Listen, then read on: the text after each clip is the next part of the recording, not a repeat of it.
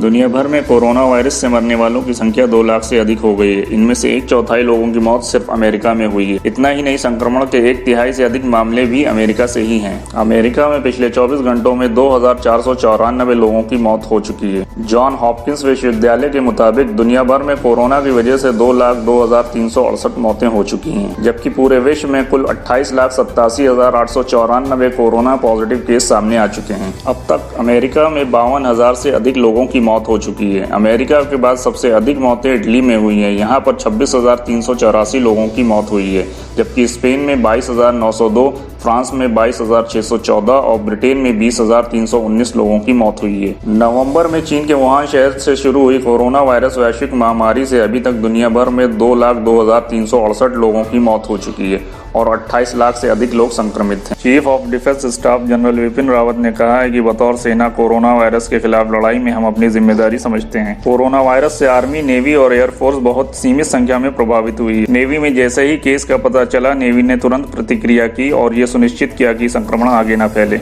General Rawat ने कहा, सेना में अनुशासन बनाए रखना मुश्किल नहीं है, लेकिन मुझे लगता है कि हमें सब्र बनाए रखने की जरूरत है। हमने सोशल डिस्टेंसिंग, मास्क पहनने, जिन लोगों को क्वारंटाइन में रखने की जरूरत है वो क्वारंटाइन में रहें, इसको लेकर बहुत सख्त दिशा निर्देश जारी किए हैं।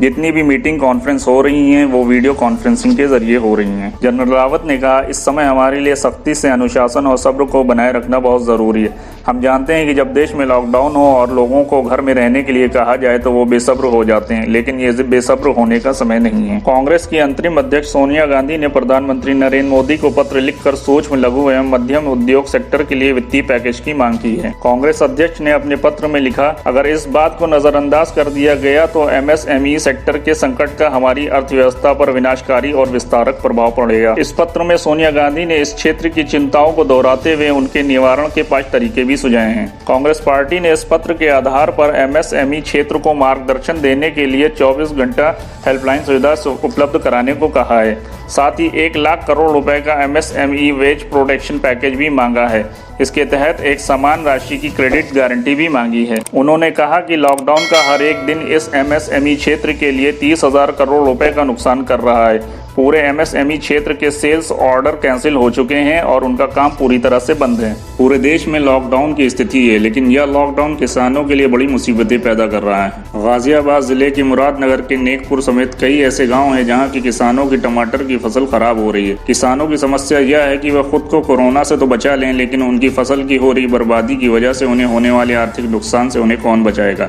ऐसे में उन्हें उम्मीद अब सरकार से ही है। खेतों में टमाटर ही टमाटर है, लेकिन ज्यादातर खराब है क्योंकि समय पर कीटनाशक दवाइयों का छिड़काव नहीं हो पाया। इस वजह से ज्यादातर टमाटर खराब हो चुके हैं और जो बचे हैं उसके लिए खरीदार नहीं है। लॉकडाउन में सब्जी की मंदी है और इस वजह से कोई बड़ा व्यापारी उसे नहीं खरीद रहा है। प्रतिबंध की वजह से वो खुद भी मंडी तक टमाटर नहीं पहुंचा सकते हैं। अगर टमाटर मंडी तक पहुंचा भी देते हैं तो उन्हें इसकी पूरी लागत नहीं मिलती, उल्टा लागत से अधिक ट्रांसपोर्ट का खर्चा आ जाता है। इस वजह से उनको इस बार टमाटर की फसल में काफी नुकसान उठाना पड़ रहा है। लगभग यही स्थिति पूरे देश की है। किसानों की परेशानी ये है कि वो कोरोना से लड़े या भूख से। सिंगापुर यूनिवर्सिटी का दावा है कि 20 मई तक भारत में खत्म हो जाएगा कोरोना वायरस। हिंदुस्तान से कोरोना वायरस के 20 मई तक खत्म होने का अनुमान है। Singapore university of technology and design ने आर्टिफिशियल इंटेलिजेंस की मदद से जुटाए गए आंकड़ों का विश्लेषण करने के बाद यह दावा किया है। यूनिवर्सिटी ने यह भी कहा कि भारत के साथ ही अलग अलग देशों में भी कोरोना वायरस जल्दी खत्म होने वाला है। यूनिवर्सिटी ने अलग अलग देशों के संदिग्ध, संक्रमित और स्वस्थ होने वाले मरीजों के मॉडल का विश्लेषण करने के बाद यह भविष्यवाणी की है। इस महामारी ने अलग अलग देशों में जिन जिन तारीखों पर मोड़ लिया उसका भी अध्ययन किया गया है। इससे पहले शुक्रवार को केंद्र सरकार ने दावा किया था कि अगर 16 मई तक लॉकडाउन का पालन किया जाए तो कोरोना वायरस का नया केस नहीं आएगा। इसके साथ ही कोरोना वायरस पर भारत नियंत्रण पा लेगा। उत्तर प्रदेश के मुख्यमंत्री योगी आदित्यनाथ ने कहा है कि 30 जून तक प्रदेश में लोगों को इकट्ठा होने की अनुमति नहीं होगी। योगी आदित्यनाथ ने प्रदेश में कोरोना वायरस के बढ़ते संक्रमण को देखते हुए यह फैसला किया है। प्रदेश में 30 जून तक राजनीतिक रैली और सामाजिक सांस्कृतिक समारोहों पर भी पाबंदी रहेगी। इससे पहले योगी आदित्यनाथ ने कहा था कि वो उत्तर प्रदेश के सभी प्रवासी मजदूरों को देश के दूसरे राज्यों से वापस लाएंगे। उत्तर प्रदेश में कोरोना संक्रमण के अब तक के 1600 से भी अधिक ज्यादा मामले आ चुके हैं और 25 लोगों की मौत भी हो चुकी है। कोरोना वायरस के संक्रमण के कारण पूरी दुनिया ही प्रभावित हो रही है। इसी कारण लगभग सभी देशों की अर्थव्यवस्था पर बुरा प्रभाव पड़ रहा है। भारत सरकार ने भी प्रत्यक्ष विदेशी निवेश के नियमों को सख्त करने का फैसला किया है। इस पर चीन ने एतराज जताते हुए इसे विश्व व्यापार संगठन के सिद्धांतों के खिलाफ बताया है। भारत मेडिकल सप्लाई के लिए चीन पर बहुत ही निर्भर है और भारतीय कंपनियों के कथित अवसरवादी अधिग्रहण को रोकने का प्रयास कोरोना वायरस के कारण उत्पन्न हुई संकट की इस घड़ी में सप्लाई पाने के उसके लिए ही मुश्किल पैदा करेगी। कोरोना संकट का फायदा उठाते हुए चीन कमजोर हुई भारतीय कंपनियों का अधिग्रहण न कर सके, इससे बचने के लिए भारत सरकार ने FDI के नियमों को सख्त करने का फैसला किया है। इन नए नियमों के तहत अब भारत की सीमा से जुड़े किसी भी देश के नागरिक या कंपनी को निवेश से पहले भारत सरकार की स्वीकृति लेना आवश्यक होगा। मोदी सरकार ने कोरोना वायरस को फैलने से रोकने के लिए देशव्यापी लॉकडाउन कर रखा है। स्कूल, कॉलेज, क्लब, सिनेमाघर, बाजार और मॉल सब बंद हैं। सार्वजनिक स्थल पर लोगों के जमा होने और कार्यक्रम आयोजित करने पर पूरी तरह से पाबंदी है। अगर कोई लॉकडाउन का उल्लंघन करता पाया जाता है तो उसके खिलाफ कार्रवाई की जा रही है। इन सब के बावजूद लोग सार्वजनिक कार्यक्रम आयोजित करने से बाज नहीं आ रहे हैं। ताज़ा मामला चंडीगढ़ से सामने आया है, जहां एक अस्पताल के कोरोना पॉजिटिव कर्मचारी ने बर्थडे पार्टी की है। यह पार्टी कर्मचारी के घर की छत पर आयोजित की गई। पुलिस ने आरोपी कर्मचारी के खिलाफ मामला दर्ज कर लिया है। 30 वर्षीय आरोपी चंडीगढ़ के सेक्टर 32 स्थित सरकारी अस्पताल में वार्ड सर्वेंट है। प्रशासन ने आरोपी के संपर्क में आने वाले 130 लोगों को क्वारंटाइन भी किया है। साथ ही 30 लोगों के सैंपल लेकर कोरोना जांच के लिए भेजे हैं। सुप्रीम कोर्ट ने लॉकडाउन के दौरान 34 दिनों में अब तक 593 मामलों की सुनवाई की है। इनमें से 41 मामलों पर सुप्रीम कोर्ट ने फैसला भी दिया है। इन 593 मामलों में से 203 मामले एक दूसरे से जुड़े हुए थे, जिनकी सुनवाई सुप्रीम कोर्ट ने मेन केस के साथ में की। इन 41 फैसलों के साथ सुप्रीम कोर्ट ने 174 मामलों का निपटारा भी किया। सुप्रीम कोर्ट ने 23 मार्च को एक सर्कुलर जारी करते हुए कोर्ट के परिसर में वकीलों कर्मचारियों की एंट्री पर रोक लगा दी थी। कोर्ट ने फैसला किया था कि लॉकडाउन के दौरान जो बेहद जरूरी मामले हैं उनकी सुनवाई वीडियो कॉन्फ्रेंसिंग के जरिए की जाएगी। खबरों के मुताबिक इस दौरान सुप्रीम कोर्ट की 34 बेंचों ने 17 वर्किंग डेज में मामलों को सुना। इसके साथ ही 53 बेंचों का गठन रिव्यू पिटीशन की सुनवाई करने के लिए किया गया था। इस दौरान 84 रिव्यू पिटीशन का निपटारा किया गया। केंद्र सरकार नर्सों और मेडिकल स्टाफ की कोरोना वायरस से सुरक्षा संबंधी परेशानियों और शिकायतों की सुनवाई के लिए एक हेल्पलाइन नंबर जल्द जारी करेगा। इस नंबर पर शिकायत मिलते ही 2 घंटे में उसका निवारण किया जाएगा। यह जानकारी सॉलिसिटर जनरल तुषार मेहता ने सुप्रीम कोर्ट में दी, जिसके बाद सुप्रीम कोर्ट ने नर्सों की याचिका का निपटारा किया।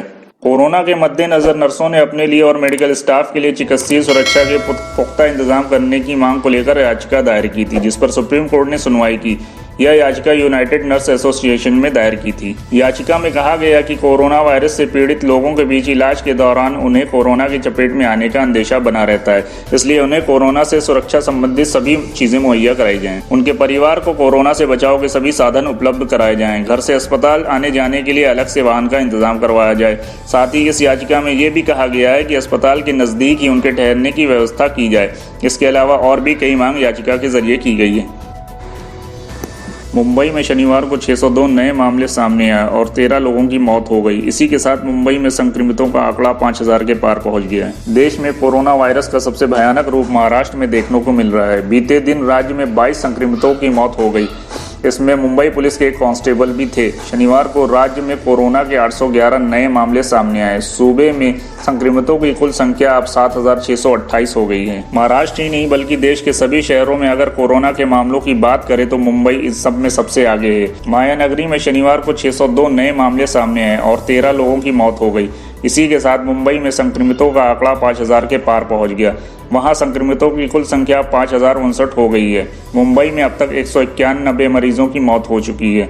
राज्य में अब तक 323 लोगों की जान जा चुकी है। दिल्ली में भी स्टैंड अलोन दुकानें, गली मोहल्ले या कॉलोनी की दुकानों को खोलने की अनुमति होगी। दिल्ली की केजरीवाल सरकार ने केंद्रीय गृह मंत्रालय के आदेश को लागू करने का फैसला किया है।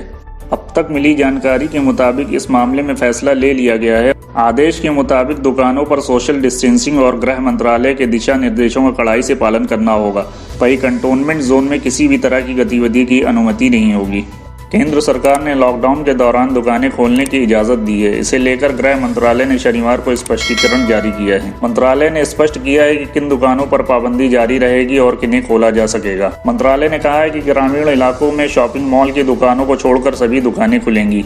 वहीं शहरी क्षेत्रों में सभी स्टैंड लोन दुकानों, पड़ोस की दुकानों और आवासीय परिसरों में स्थित दुकानों को खोलने की अनुमति है। आदेश में कहा गया है कि बाजार में स्थित दुकानों, मार्केट कॉम्प्लेक्स और शॉपिंग मॉल को खोलने की इजाजत नहीं है। गृह मंत्रालय ने स्पष्ट किया है कि ई-कॉमर्स कंपनियों को केवल जरूरी चीजों की बिक्री की अनुमति होगी। इसके अलावा वायरस के प्रबंधन के लिए जारी दिशा निर्देशों के तहत शराब की दुकानें और अन्य चीजें बंद रहेंगी। मंत्रालय ने अपने स्पष्टीकरण में कहा है कि ग्रामीण और शहरी क्षेत्रों के हॉटस्पॉट क्षेत्रों में इन दुकानों के खुलने पर रोक जारी रहेगी। दोस्तों, देश दुनिया की तमाम खबरों के लिए हमारे साथ बने रहें और हमारे चैनल को सब्सक्राइब करना न भूलें। धन्यवाद। उत्तर कोरिया के तानाशाह किम जोंग उन के अचानक ही गायब होने के बाद से दुनिया में उनके स्वास्थ्य को लेकर कई प्रकार के कयास लगाए जा रहे हैं। पिछले सप्ताह ही अमेरिकी खुफिया एजेंसियों ने तो यहां तक दावा किया कि उत्तर कोरिया के तानाशाह किम जोंग के हार्ट की सर्जरी विफल होने के बाद उनकी हालत गंभीर है। दावा ये भी किया जा रहा है कि किम जोंग उन कोमा में चले गए हैं। हालांकि उत्तर कोरिया ने इन खबरों का खंडन किया है। दक्षिण कोरिया के अधिकारियों का कहना है कि देश में ऐसी कोई अजीब हलचल नहीं हो रही है जिसमें कहा जाए कि किम जोंग उन खतरे में हैं। एक समाचार को दक्षिण कोरिया के अधिकारी ने बताया कि किम जोंग उन की मौत नहीं हुई है और वो जल्दी लोगों के सामने आने वाले हैं। इसी बीच खबर है कि उत्तर प्रदेश के वाराणसी जिले में लॉकडाउन का पालन कराने वाले पुलिसकर्मी खुद कोरोना वायरस से संक्रमित हो गए हैं। शनिवार को 95 लोगों की रिपोर्ट BHU से आई है, जिसमें कुल 8 लोग पॉजिटिव पाए गए हैं। इनमें से 7 पुलिसकर्मी हैं। 7 पुलिसकर्मी एक ही चौकी पर तैनात थे। पुलिसकर्मियों में एक उप निरीक्षक, 3 हेड कांस्टेबल, 3 कांस्टेबल शामिल है।